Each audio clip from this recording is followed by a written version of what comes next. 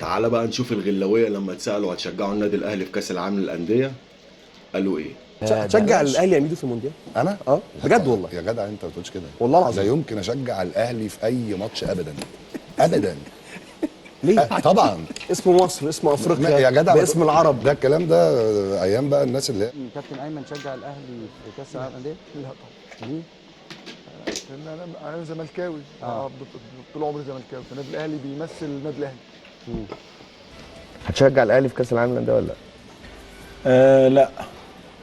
بص يا ابراهيم، انا راجل زملكاوي، مفيش حاجه اسمها شجع الاهلي.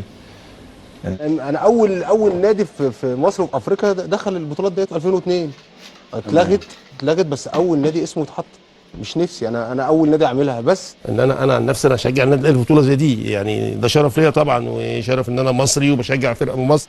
اي بطوله، الكلام ده انا بقوله دايما اي بطوله ما فيهاش نادي الزمالك وفيها النادي الاهلي، نادي الزمالك بره يعني، وفيها النادي الاهلي بيشجع النادي الاهلي طبيعي، خاصه لما تبقى بطوله عالميه. التوقعات دي ان النادي الاهلي هيكون حصاله المجموعه، هيكون موقفه صعب جدا في المجموعه، مجموعه صعبه، الفرق المسافه بينهم مش بعيده.